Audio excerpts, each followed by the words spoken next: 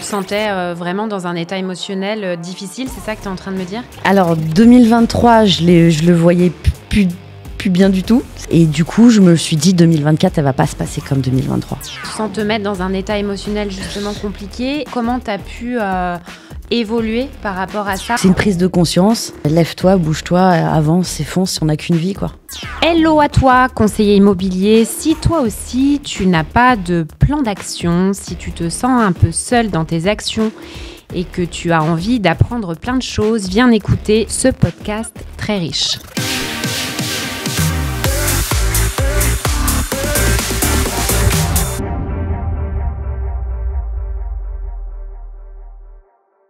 Eh ben salut Karine. Salut Anne. Écoute, je suis ravie de te recevoir aujourd'hui sur ce podcast. Est-ce que tu pourrais te présenter en quelques mots? Dis-moi un petit peu qui tu es. Alors, je suis Karine Mercier, je suis maman de 2 enfants, j'ai bientôt 40 ans. J'étais issue de la restauration gastronomique et comme ma petite fille est née le 14 février, c'était impossible pour moi de louper son anniversaire puisque c'était la Saint-Valentin. Donc, j'ai décidé de changer de métier. Et donc, il fallait que je trouve un métier qui soit en concordance avec ce que j'aime. Et l'immobilier est venu à moi, en fait. J'ai fondu, j'adore ce métier et depuis 2019, je le fais. Je suis dans les Yvelines, à Jouarre-Pontchartrain, Villiers-Saint-Frédéric, Naufle-Château. Et donc, je suis mandataire immobilier conseillère chez Immojuste. Karine, comment aujourd'hui tu te sens après être sortie vraiment de ta zone de confort? Eh bien, effectivement, je suis sortie de ma zone de confort parce qu'en restauration, on attend le client. Il vient vers nous et là, il faut aller le chercher. Il faut toujours aller le chercher, ce client, dans l'immobilier. Donc, effectivement, j'ai appris à prospecter. Donc, Karine, tu m'indiques que tu as commencé en conseillère immobilière depuis 2019. Et toi, alors, comment tu vois le marché, justement, là, 2024? Comment tu sens les choses? Alors, 2023, je le voyais plus bien du tout. C'est-à-dire que j'ai eu 6 mois de folie. J'ai eu un déclic. J'ai rencontré Cédric aussi, il y a une année avant, il me semble. Effectivement, ça moulinait, quoi, à l'intérieur, dans ma tête. Ça moulinait. Je savais que 2023, j'étais pas à ma place. Ok. Et du coup, je me suis dit 2024, elle va pas se passer comme 2023. Ok. Et Karine, c'est quoi justement ce déclic dont tu nous parles? Est-ce que tu peux nous en dire plus? Je me le suis dit, je sais pas si je pourrais l'expliquer. C'est interne, en fait, ça part de tes tripes, de mes tripes, justement, pas des tiennes. mais je sais pas, ouais, ça part de l'intérieur et tu te dis, mais en fait, c'est mes enfants, quoi. C'est le bien-être que je peux apporter à mes enfants. Ok, tu te sentais vraiment dans un état émotionnel difficile, c'est ça que tu es en train de me dire?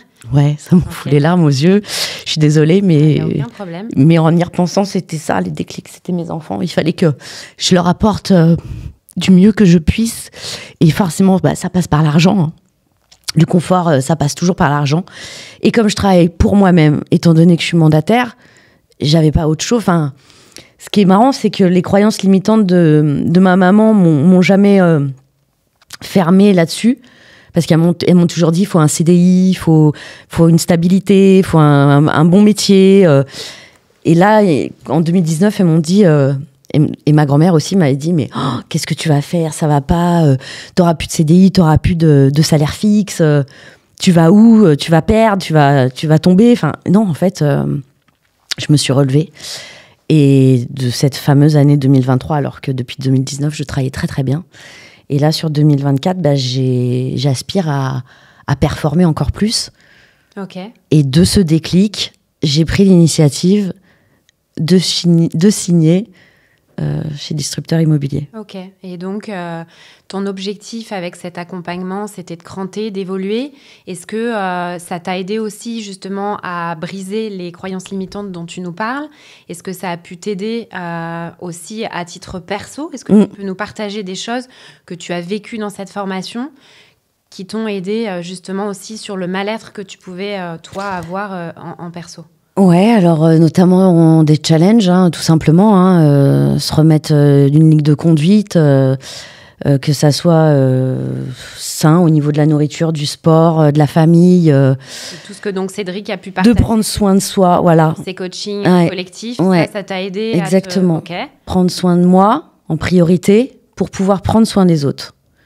Et donner le meilleur que je puisse, s'il y ait une qualité de service sur mon travail finalement. Est-ce que justement, Karine, aussi, sur ta prospection, ce que tu peux mettre à profit en perso, est-ce que ça t'aide aussi à changer ta posture en prospection? Est-ce que tu as des choses à nous confier sur des choses que tu ne faisais pas du tout avant, qu'aujourd'hui tu mets en application et sur lesquelles tu te sens dans vraiment une autre posture et dans un autre mindset? Ah bah complètement, la prospection terrain, je me redresse beaucoup plus, même si j'avais confiance en moi, en fait, voilà, il y a une posture qu'il faut adapter, puisqu'on est conseiller immobilier 24 sur 24, en fait, 7 jours sur 7.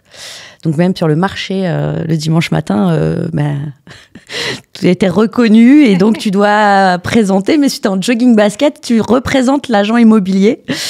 Et donc, ouais, sur la prospection, en fait, terrain, tout ce qui est boitage, aller rencontrer les gens, etc., je prends beaucoup plus de plaisir. Ok.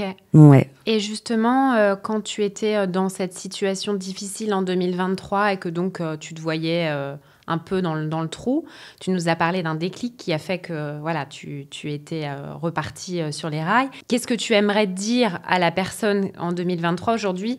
Qu'est-ce que tu aimerais conseiller peut-être à quelqu'un qui nous écoute, qui est dans une situation difficile? Qu'est-ce que tu lui conseillerais justement pour être plus performant et avancer lui-même et avoir un plan d'action? Si tu avais un tips à partager, qu'est-ce que tu dirais, Karine? Eh bien, qu'il est maître de sa vie et que personne, enfin, il n'y a que lui ou qu'elle qui pourrait avancer, quoi. On ne peut pas le faire pour lui ou pour elle. Okay. Donc, c'est une prise de conscience. Lève-toi, bouge-toi, avance et fonce. On n'a qu'une vie, quoi. Comment, toi, tu arrives à accueillir un non avec un grand sourire que tu me fais là, sans te mettre dans un état émotionnel justement compliqué? Et justement, comment tu as pu évoluer par rapport à ça? Parce que j'imagine que le premier non, tu n'étais peut-être pas dans ce même état.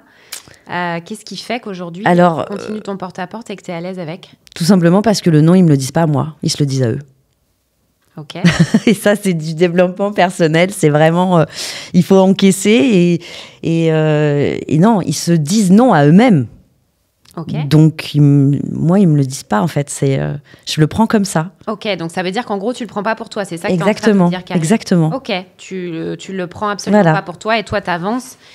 Parce que c'est pas leur moment, parce que c'est pas la journée, parce que ils vendent pas actuellement, donc ils se disent non à eux-mêmes. Non, je n'ai pas envie de vendre. Okay. Ils me disent pas non, je te donnerai pas la maison. Ne pas le prendre pour soi. Finalement. Voilà, c'est ça. Et c'est exactement. Grâce à ça, du coup, qu'en porte-à-porte, même après plusieurs noms que tu peux essuyer, tu arrives à toujours garder un état émotionnel élevé. Exactement. Merci à toi, Karine, pour ce partage. Si vous qui nous écoutez avez des commentaires à faire, une histoire à partager, n'hésitez pas. On sera ravis de vous répondre. Je vous dis à très vite pour la suite. Ciao, ciao. Merci.